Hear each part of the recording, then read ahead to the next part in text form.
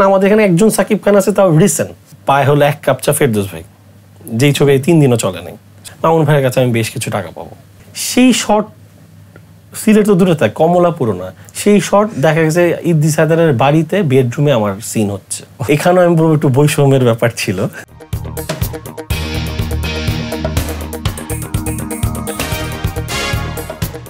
দর্শক, আমন্ত্রণ রাইজিং বিডির বিশেষ আয়োজন রাইজিং বিডি স্পেশালে। আজ আমাদের অতিথি বর্তমান সময়ের চিত্রনায়ক শিপন মিত্র। আপনাকে শুভেচ্ছা রাইজিং বিডি স্পেশালে। থ্যাংক ইউ আমাকে এত সুন্দর একটা অনুষ্ঠানে আমন্ত্রণ করার জন্য। আচ্ছা, আপনি নাটক, সিনেমা সব কিছু নিয়ে একটা ব্যস্ত সময় পার করেন, তো সেই জায়গা থেকে এখন আপনার ব্যস্ততা কি? এখন এই মুহূর্তে আমার মনে হয় কারোই কোনো ব্যস্ততা নাই, কারণ দেশের যেই একটা থমথমা পরিস্থিতি, সত্যি কথা মানে কখনো চিন্তা করি এরকম একটা সিচুয়েশন আসবে, হয়তো বা ভালোর দিকেই যাচ্ছে, জানি না আসলে, মানে কোনো কিছুই প্রেডিক্ট করা যাচ্ছে না, সব কিছু আনপ্রেডিক্টেবল।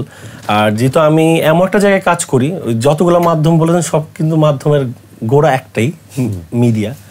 সো আমাদের আসলে এই জায়গাটা কতদিন বাদে আবার একদম মানে কি বলে এটাকে ফ্লো আসবে কাজের, এটা বলা যাচ্ছে না। কারণ কেন বলছি, আমরা কিন্তু করোনার পর অনেকাংশ ভেঙে পড়ছে, এখন আমরা দাঁড়াতে পারিনি ঠিক মতো, দাঁড়াচ্ছিলাম একটু একটু করে। আমাদের কিছু ভালো ওয়েব সিরিজ, ওয়েব ফিল্ম বা কয়েকটা ভালো ছবি। আপনার কি এমন হয়েছে যে আপনার একদম টোটালি মানে একটা প্রজেক্ট রেডি করা, সেটা এটার কারণে আর হচ্ছে না বা হবে না, বা এরকম একটা দ্বিধাদ্বন্দ্বে পড়ে গেছেন কিনা? এই সিচুয়েশনে একটা দ্বিধাদ্বন্দ্ব তো মনে হচ্ছে, হবে কি হবে না আমি জানি না। যেমন আমাদের অনেক সুন্দর একটা মুভি, অনেক বড় বাজেটের, আমার বাংলাদেশের সবচেয়ে বড় বাজেটের ছবি ছিল, ইভেন আমি বলবো যে আমার সবচেয়ে বড় বাজেটের ছবি ছিল অপারেশন জ্যাকপট। আচ্ছা, যেহেতু এটা মানে গভর্নমেন্ট রিলেটেড ফান্ডিং ছিল, এখন জানি না এটা অ্যাকচুয়াল ফিউচার কি। ওটা আসলে কোন পর্যায়ে ছিল? ওটা আমাদের অলমোস্ট 70% আমাদের কাজ হয়ে গেছিল। ইনফ্যাক্ট আমাদের গত মাসে যখন আমাদের কাজটা শুরু, মানে এই গন্ডগোলটা শুরু হয় 17 তারিখ থেকে, তো মেইন গন্ডগোল শুরু হয় আমাদের কিন্তু 20 তারিখ থেকে আমাদের খুলনাতে লাস্ট লটের কাজ শেষ করার কথা, আমাদের 29 তারিখে লাস্ট লটের কাজ শেষ হবে। ইভেন এই টাইমে আমাদের ফ্রান্সে থাকার কথা ছিল।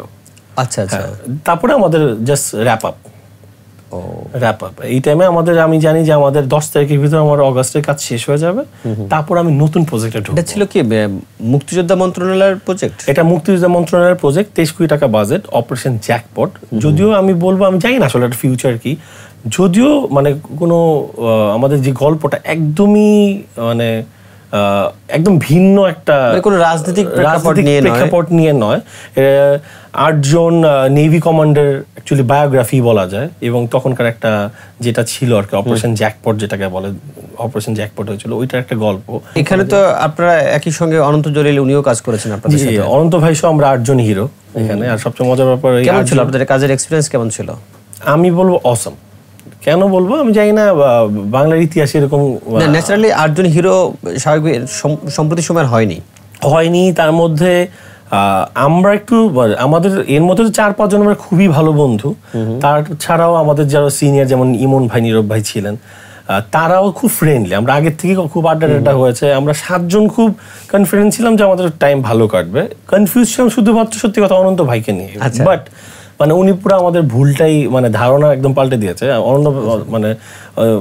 অনন্ত ভাইয়ের সাথে যখন আমরা ফার্স্ট ডে শুট করি, ওই দিন উনি এতটা সুন্দর করে আমাদের রিসিভ করেছে, অ্যাকসেপ্ট করেছে, এবং এত সুন্দর ফ্রেন্ডলি হয়েছে। ইভেন আমরা যতদিন আউটডোর শুটিং করেছি, আমরা 3 বেলার খাবারটা একসাথে 8 জন বসে খেতাম। ইভেন যখন রমজান ছিল, মানে আমি যেহেতু সনাতনী, কিন্তু আমি কিন্তু, আমার সব ফ্রেন্ডরা জানে, তাদের এই ইউনিটি দেখে আমি নিজে রোজা রাখতাম যে আমি সারাদিন খাবো না, আপনার সাথে ইফতারটা করবো। কারণ অনন্ত ভাই সবার জন্য একটা ইফতারের আয়োজন করতো, আমরা খুব এক্সাইটেড থাকতাম। ইফতার করার পর লম্বা একটা আড্ডা দেওয়ার পর সেরি করে আবার যে যার মতো ঘুমিয়ে আবার ভোরবেলা উঠতে হবে, মানে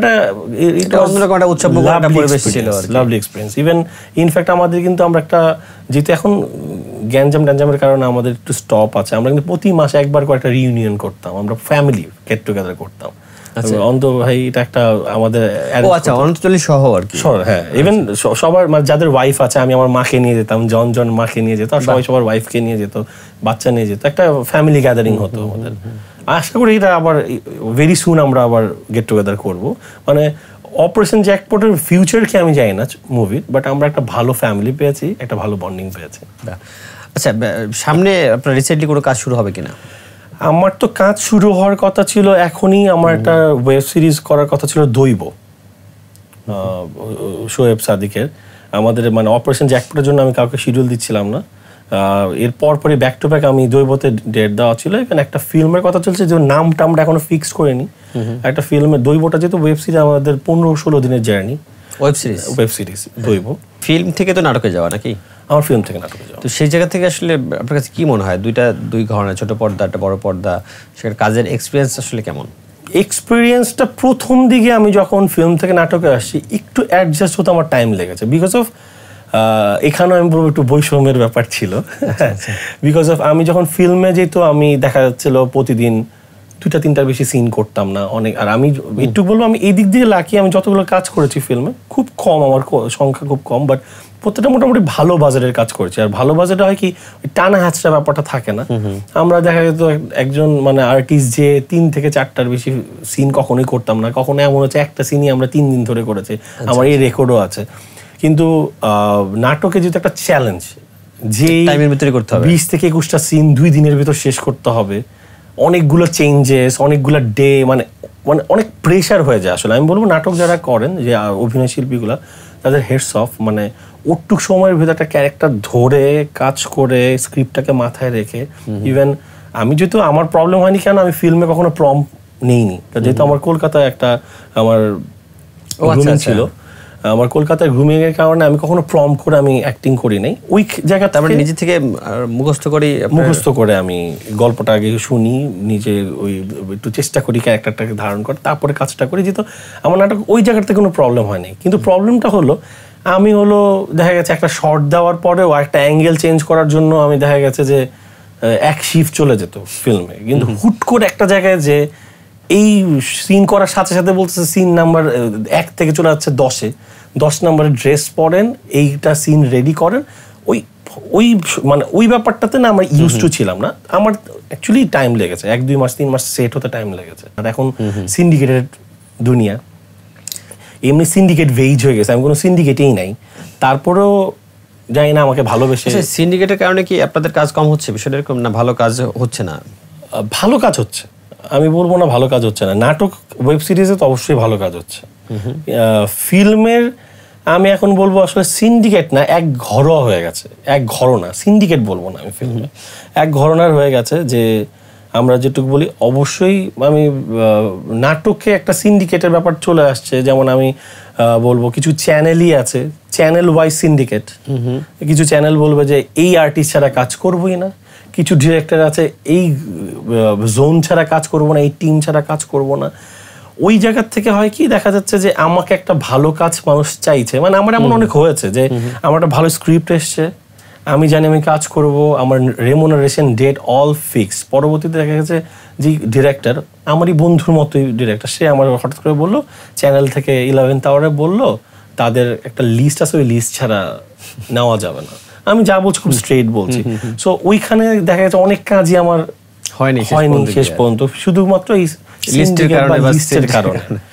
সিনেমার যে কথা বলছিলেন, যে সিনেমায় আসলে এতদিন কাজ করতে গিয়ে আপনার কাছে কি মনে হয়েছে কখনো বৈষম্য শিকার হয়েছেন কিনা, বা আপনার যেটা প্রাপ্য ছিল সেটা আসলে করা হয়নি, বা আপনাকে নেয়ার কথা ছিল সেটা আসলে পরবর্তীতে নেয়নি, বা নিয়েও আপনাকে প্রপার ক্যারেক্টারটা দেওয়া হয়নি, এরকম কি কখনো হয়েছে কিনা? আমার সাথে বলবো এই জিনিসটা মানে নেওয়া হয়নি বা যেটা বলেছে ওটা হয়নি, এটা খুব কম হয়েছে। বিকজ অফ আমাকে সবাই বলে আমার নাক কাটা ঠোঁট কাটা। এফডিসিতে আমার একটা এই বদনামটা আছে, কারণ বিকজ অফ আমি প্রথম দিকে কিছু ধাক্কা খেয়ে এসেছিলাম বলে।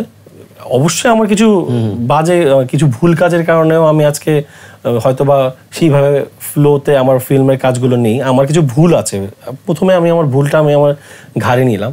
কিন্তু কিছু তো বৈষম্য ছিল, রাজনীতি ছিল।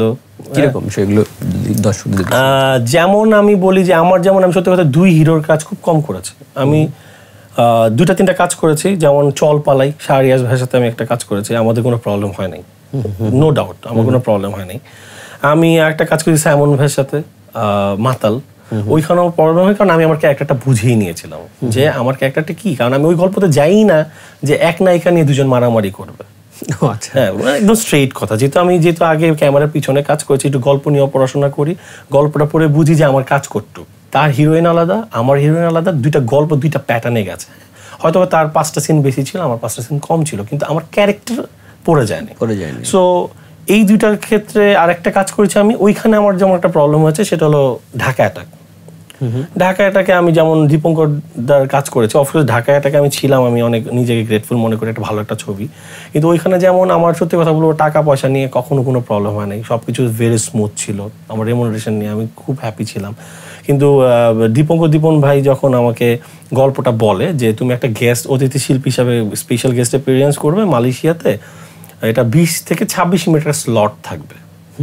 সো একটা মানুষের কাজের কথাটা কিন্তু মেইন, আমাকে স্ক্রিনে কতটুকু দেখা যাবে।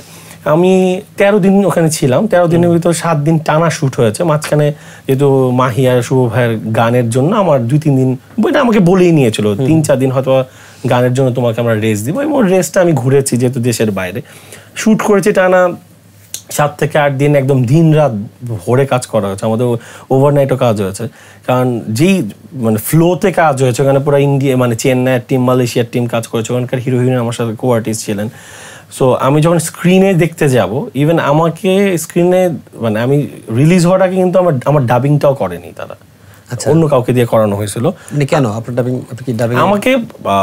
আমাকে অফারটা আমাকে ভাইয়া বলেছিল যে শিপন ওখানে যেহেতু আমার পুরোটা ইংলিশে ছিল ডায়ালগ, মালয়েশিয়া পার্টে বাংলা ছিলই না, শুধু 2টা ওয়ার্ড ছিল বাংলায়। আমি এই আমার বাংলাদেশের কি পুলিশ হাই কমিশনের সাথে যখন কথা বলি 2টা কথাই শুধু বাংলায় ছিল, আর সবগুলো অ্যাকচুয়ালি কনভারসেশন ছিল ইংলিশে। বললো যে ইংলিশ ফ্লোয়িংটা অন্য কাউকে দিয়ে ডাব করলে বেশি ভালো হবে। আমি বললাম বেটারমেন্টের জন্য আপনার সম্মতি নিয়েই করা, আমার সম্মতি নো ওয়ে।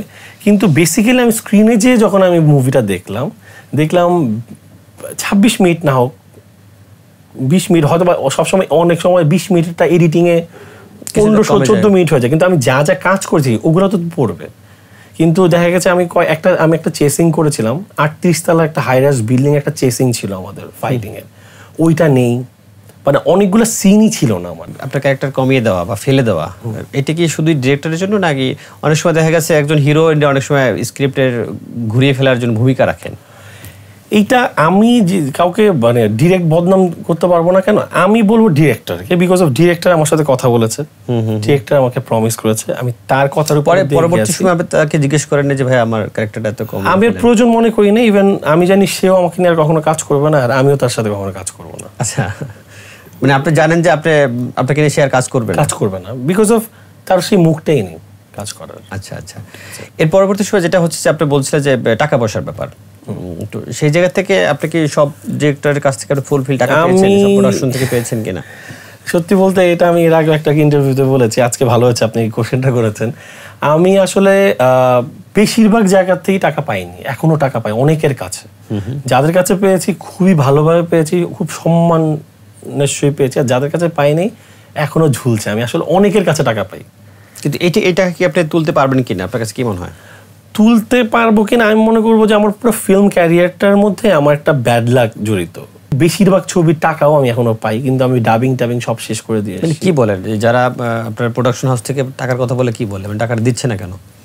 আমি কি স্পেসিফিকলি বলবো? হ্যাঁ, শিওর। স্পেসিফিকলি আমি যদি একদম 2015 পর থেকে আসি, আমি ইদ্রিস হায়দার ভাইয়ের একটা কাজ করলাম নীল ফড়িংয়ে। উনি বললো ওনার বাজেট ভেরি টাইট, আমার গল্পটা খুব ভালো লাগলো। তখন আমি বললাম যে আমি রেমুনারেশন কম নিতে পারি, অসুবিধা নেই, কিন্তু আপনাকে যে রেমুনারেশনটা আপনি প্রমিস করবেন আমার এই টাকাটা দিবেন। আর আমি কিন্তু কিছু জিনিস, যেহেতু আমার মনে হচ্ছে যেহেতু আমি ক্যামেরার পিছনেরও মানুষ, আমি বলছি যে আমি আপনাকে ডিরেকশন যখন আপনি দিবেন তখন আমি একটা আপনার স্টুডেন্টের মতোই অ্যাক্টিং করে যাবো, কিন্তু আপনি কিছু জিনিস উনি চেঞ্জও করেছে। হয়তো আমি বলছি একটা ভালো ডিওপি নেন, একটা ভালো আর্ট ডিরেক্টর নেন, উনি নিয়েছেন, নেয় নাই যে তা না, নিয়েছে। কিন্তু কথার কথা উনি পরবর্তী যখন শুটিং করতে গেছি, ধরেন ফর এক্সাম্পল উনি আমাকে বলছে ফার্স্ট শট সিলেটের একটা পুরো স্টেশন ভাড়া করা, কথার কথা এক্সাম্পল আমি একটা হিরো বাইকের মধ্যে শুয়ে আছে, এইভাবেই সে বলেছিল। ড্রোন ক্যামেরা থেকে আসার পর ট্রেন পাসিং হচ্ছে, আমি সরি একটু বড় করে বলছি, ড্রোন পাসিং এর পর একটা মেয়ের ব্যাক টুতে দেখা যাচ্ছে একটা ছেলে শুয়ে আছে, এটা ছিল আমার স্টার্টিং শট, কথার কথা। সেই শট সিলেট তো দূরে থাকে, কমলাপুরও না, সেই শট দেখা গেছে ইদ্রিস হায়দারের বাড়িতে বেডরুমে আমার সিন হচ্ছে। কিন্তু দিন শেষে কাজটাও আসলো না। ইভেন আমি পরবর্তীতে জানতে পারলাম, আমি শর্টকাটেই বলছি, আমাদের যে প্রডিউসার ছিলেন উনি একটু বাইরের প্রবাসী, উনি টাকা সব দিয়ে দিয়েছিলেন। ইভেন আমরা যে বাজেটটা জানতাম তার ডাবল টাকা সে পেয়েছে, কিন্তু আমাদের রেমুনারেশনটা সে দেয়নি। 50% পেয়েছি। চাইতে গেলে কি বলতেন উনি? বলে উনি লসে আছে, প্রডিউসার টাকা দেয় না। কিন্তু আমি অন্য সূত্রে প্রডিউসার সে ডিরেক্ট কথা হচ্ছে, বলে আমাদের সব টাকা ক্লিয়ার। তারপরই আরেকটা ইমপ্রেস থেকে আরেকটা আমার অফার আসলো, পপি আপুর সাথে আমার একটা, যেহেতু সিনিয়র আর্টিস্টদের সাথে কাজ করার একটা ইচ্ছা আছে, যেহেতু আমার ছোটবেলা থেকে পপি আপু, পূর্ণিমা আপুদের দেখে আসছি এবং পপি আপুর সাথে কাজ করবার খুব এক্সাইটেডমেন্ট নিয়ে আমি মানে রেমুনারেশন টাইম বললাম আপনারা যা দিবেন আমাকে জাস্ট বলেন, ওইটাই আমি নিব, আমি শুনি আমার পারিশ্রমিকটা। শুনলাম, তারাই বললো তারাই দিবে। পরবর্তীতে কাজ করে আমি দেখি যে অ্যাকচুয়ালি কোনোভাবে আমি রেমুনারেশন পাচ্ছি না। আমার শুটিং শেষ হয়ে গেছে। ইনফ্যাক্ট শুটিং শেষ হওয়ার পর অনেকবার টাকা চেলাম, আমি নামটা উল্লেখ করতে চাচ্ছি না। তারপরে যখন আমি ইমপ্রেসের মানে যারা মানে দায়িত্বে আছে তাদের আমি একটু কমপ্লেনের মতো করতে গেলাম, কিন্তু গিয়ে তখন শুনি যে অ্যাকচুয়ালি ইমপ্রেসের কোনো প্রজেক্টই না। আসলে ইমপ্রেসের কথা বলা হয়েছে, ইমপ্রেসের কথা বলে ব্যানারটা দেখিয়েছি ইমপ্রেসের বলে যে আমাদের এটা হয়তোবা রেডি করে আনলে আমরা কিনতে পারি। আচ্ছা, দিস নট আওয়ার, মানে এখন পর্যন্ত এটা ইমপ্রেসের না, এটা কিনতে পারে, তার মানে ইমপ্রেসের না। সো আমি ইমপ্রেসকে তো আসলে, যেহেতু আমি ইমপ্রেস আমাকে সেভাবে আমি জাস্ট ডিরেক্টর কথা বলে চলে আসছিলাম, ওইখানে আমি যেমন অনেকগুলো টাকা পাবো। আচ্ছা, তারপরে আমি 2017-তে একটা কাজ করলাম, অনন্য মামুনের বন্ধন। আমাদের বললো সবার একটু স্যাক্রিফাইস করতে হবে। আমরা সব আর্টিস্টরা একসাথে বসে, যা রেমুনারেশন নেই তখন রানিং, তার 50% করে দিলাম সবাই।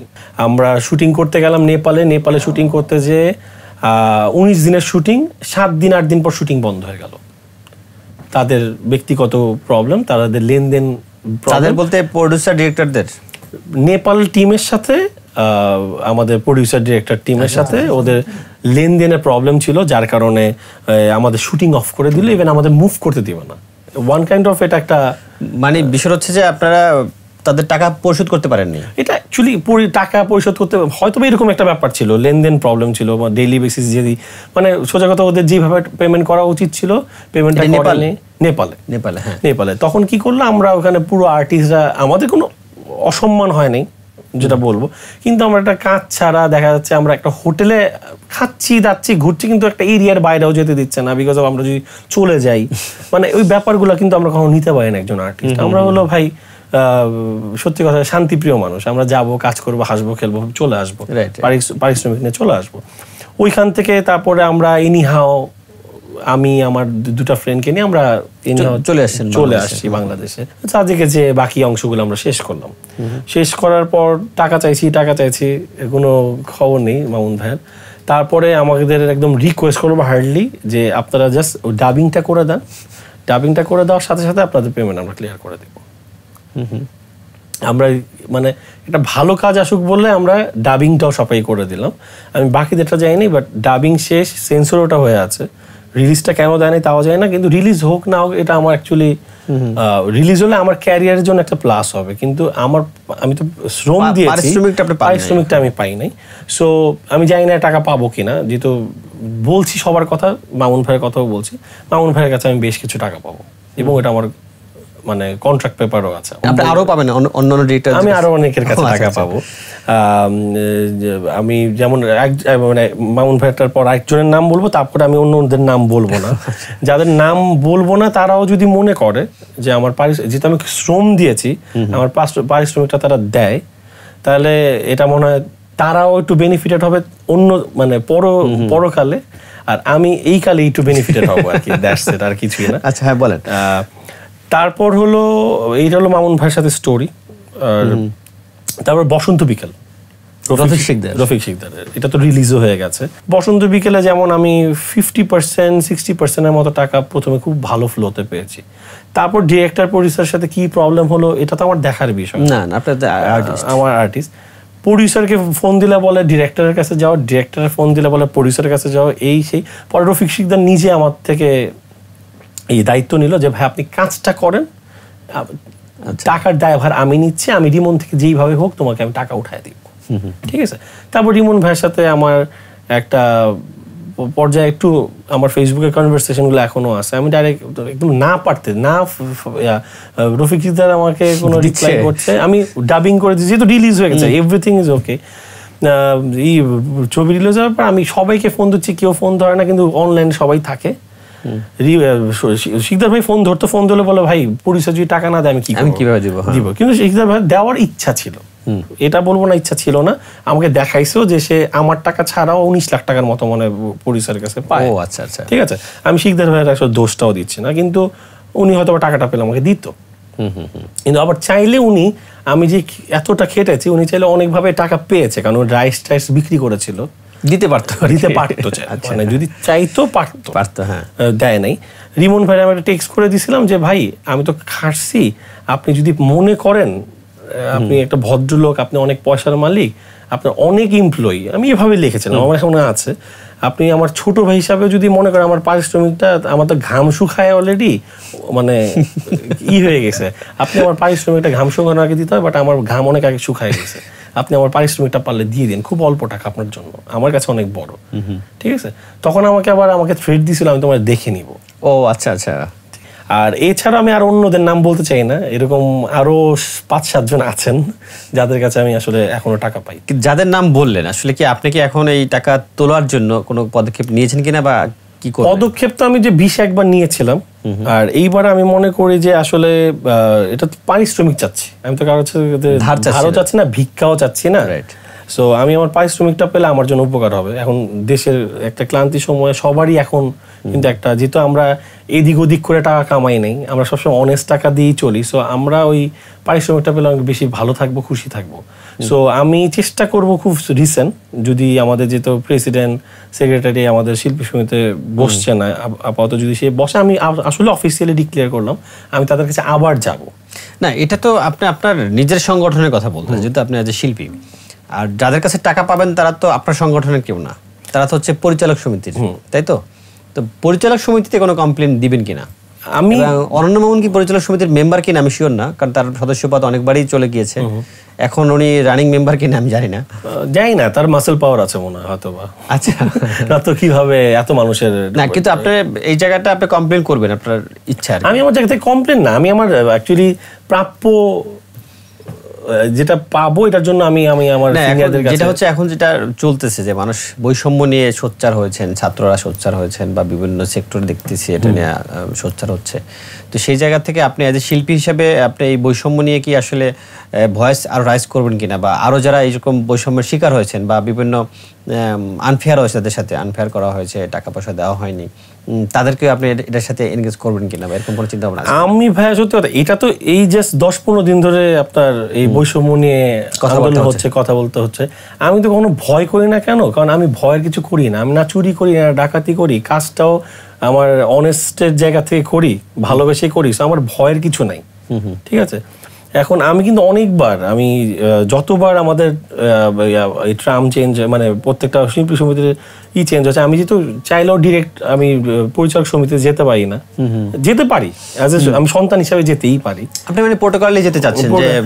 আমি সবসময় বলছিলাম যে আমরা যেই ভুক্তভোগী, আমাদের যেমন কথার কথা হেডস অফ এই জেনারেশনকে, এই যে জেনজি যাকে বলে, ওরা কিন্তু আমাদের শিখিয়ে দিছে যে ভাই তোরা কিছু করস নাই, আমরা করে দেখাইলাম, আমাদের বুকের পাটা আছে, সেটা জানি না ভালোর দিকে যাচ্ছে না খারাপ দিকে যাচ্ছে, এখনো পর্যন্ত করেছে, সাহসটা দেখিয়েছে, এটার জন্য আমি তাদের স্যালুট করি। আমরা কিন্তু আসলে, আমি বলবো আমার জেনারেশন তাদের জন্য কিছু করি নেই বলে আজকে ওরা করছে নেক্সট জেনারেশনের জন্য, ওরা কতটুকু পাবে যায় না, কিন্তু নেক্সট জেনারেশন কিন্তু এটার বেনিফিটেড হবে। ঠিক আছে, কারণ আমরা যদি এখন যারা আছি, এখনো বলবো যে আমরা এখনো ছোট, ফিল্ম ইন্ডাস্ট্রির ক্যারিয়ার আমরা অনেক ছোট, যদি নতুন বলি 2-4 জন এসছে আমার পরে, সো আমরা সবই মোটামুটি উই আর কলিগ, সো আমরা সবাই মিলে যদি একটা মানে একটা রুলস করে দিতে পারি যে একটা আর্টিস্ট 1 টাকায় কাজ করুক 10 টাকায় কাজ করুক, পারিশ্রমিকটা যদি একটা রুলসের ভিতরে থাকে, একটা অফিসিয়াল একটা সিস্টেমেটিক থাকে যে আমি এখানে পাবো না এখানে ধরবো, এখানে না হলে এই রুলস থাকবে, শিল্পী সমিতি যাবো, শিল্পী সমিতি না হলে আইনের, মানে অ্যাটলিস্ট সে যদি তার পারিশ্রমিকটা পায়, এই জায়গাগুলো চেঞ্জ হওয়া দরকার, উচিত। আচ্ছা, আপনার দেশাদা লিডার থেকে মানুষ শিপন মিত্রকে আসলে চিনে, আমি যেটা মনে করি বা আমি জানি যতটুকু, তো দেশাদা লিডারের পরে আসলে শিপনের মানে বলার মতো ফিল্ম বা কাজ কি হয়েছে? দেশাদা লিডারের পর আসলে আমি কাজ করেছি অনেক। রিলিজ হয়েছে আমার প্রায় 9টার মতো ছবি, আরো পাইপলাইন 6-7টা ছবি আছে। দেশাদা লিডার হলো আমার একটা ইউনিক ছবি। ইভেন এখনো 8টা মেবি ন্যাশনাল অ্যাওয়ার্ডও পেয়েছে।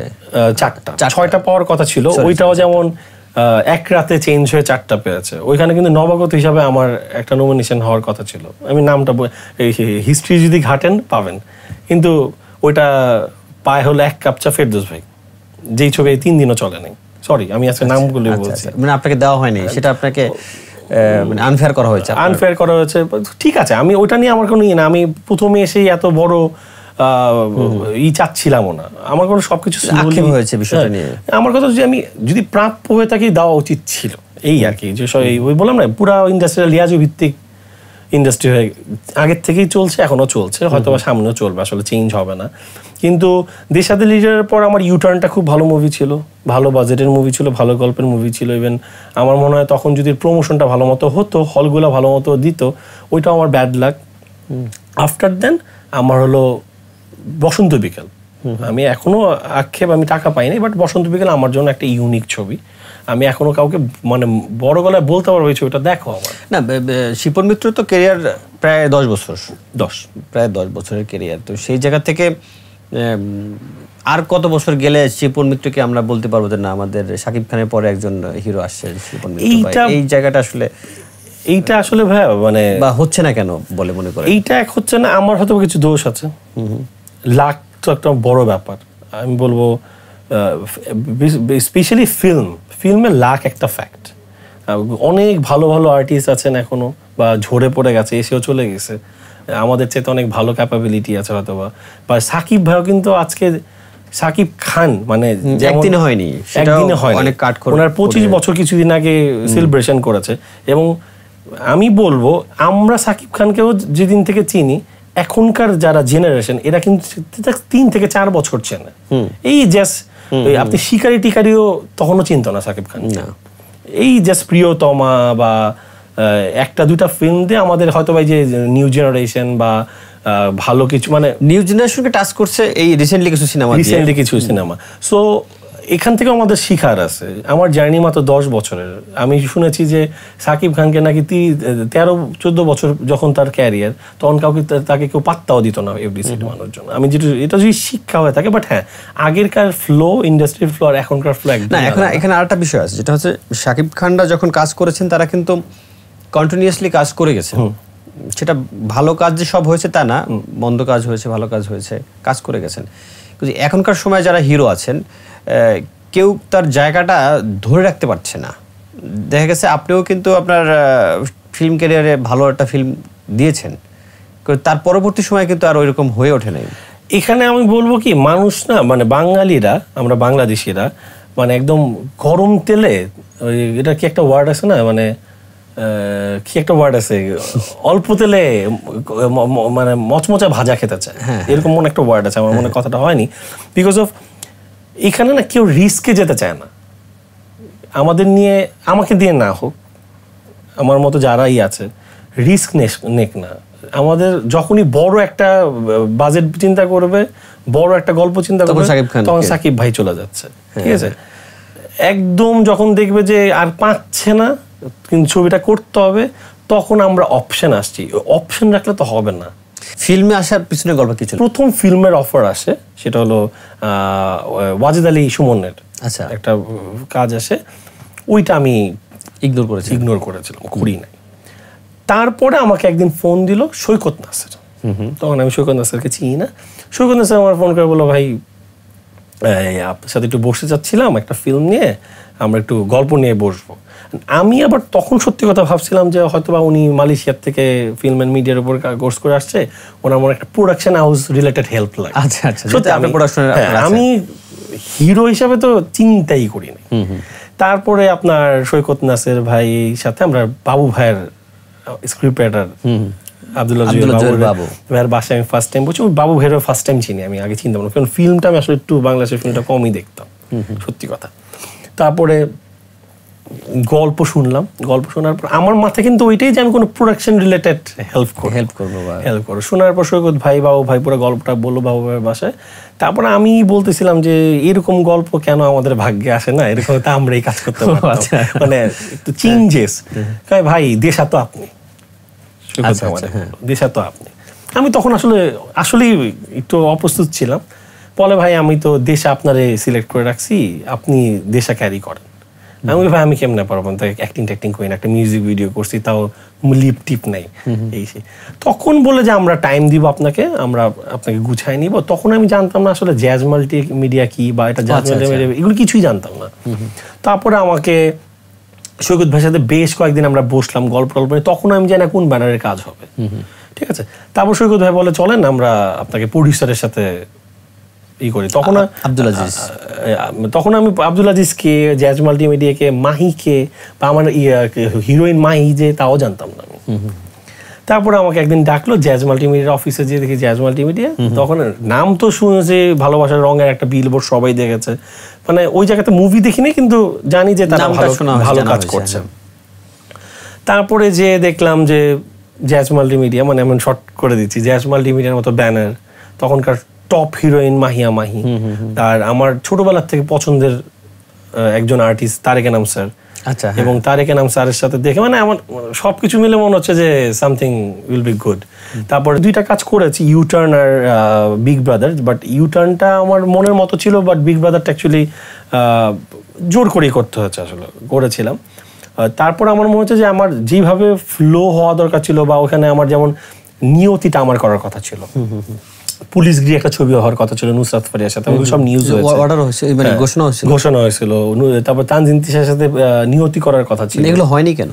নিয়তি তো পরে করলো, যে পরে জলিকে করলো শুভ ভাই, আর এগুলোর কিন্তু সবকিছু নিউজও আমার সাথে হয়েছে। আপনাকে নেওয়া হয়নি কেন? আমাকে নেওয়া হয়নি বলতে বেসিক্যালি আমাকে আজিজ ভাই হঠাৎ 3 বছর পরে বললো 10 ইয়ার্সের কন্ট্রাক্ট করতে। তখন আমি মনে করলাম আমার একটা ফিল্মের ক্যারিয়ারে যদি মানুষের মানে লং রান, আমাদের ইন্ডাস্ট্রি না, আমাদের ইন্ডাস্ট্রিটা অ্যাকচুয়ালি এখনো বলিউড হয় নাই, এখনো শাহরুখ খান বা সালমান খানের ইন্ডাস্ট্রি না। যেমন আমাদের এখানে একজন সাকিব খান আছে, তাও রিসেন্ট। আমাদের কিন্তু এরকম সাকিব খানের অল্টারনেটিভ এখনো তৈরি হয় নাই। এরপরে কি হলো যে আপনি 10 বছরের কন্ট্রাক্ট কথা বললো, তখন আপনি রাজি হন? তখন আমি বললাম ভাই আমি 5 years, already 3 years gone, 5 years 8 years it's okay.